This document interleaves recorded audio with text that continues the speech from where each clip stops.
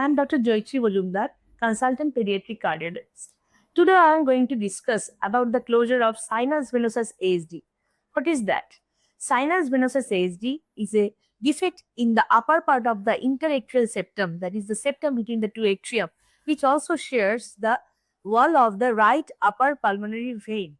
So, if there is a defect in the upper part of the septum, then the right upper pulmonary vein draining blood from the right upper lobe of the lung to the heart is routed to the right atrium instead of the left atrium because the wall is absent.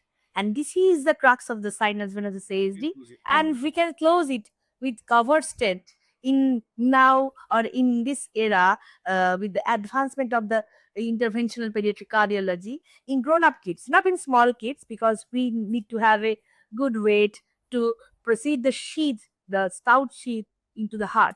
So I'm today going to present a case in front of you where we have closed it with the cover stent in a 14-year-old female child, and the patient is absolutely fine.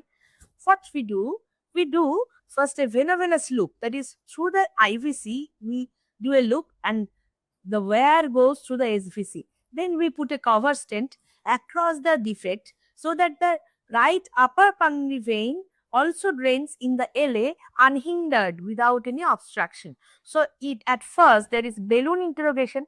We inflate the balloon to see the size of the stent, how could the and then we also choose the length of the stent and the stent should not jail the RUPV, should not jail the IVC, and also should not hang so much in the RA to cause arrhythmia.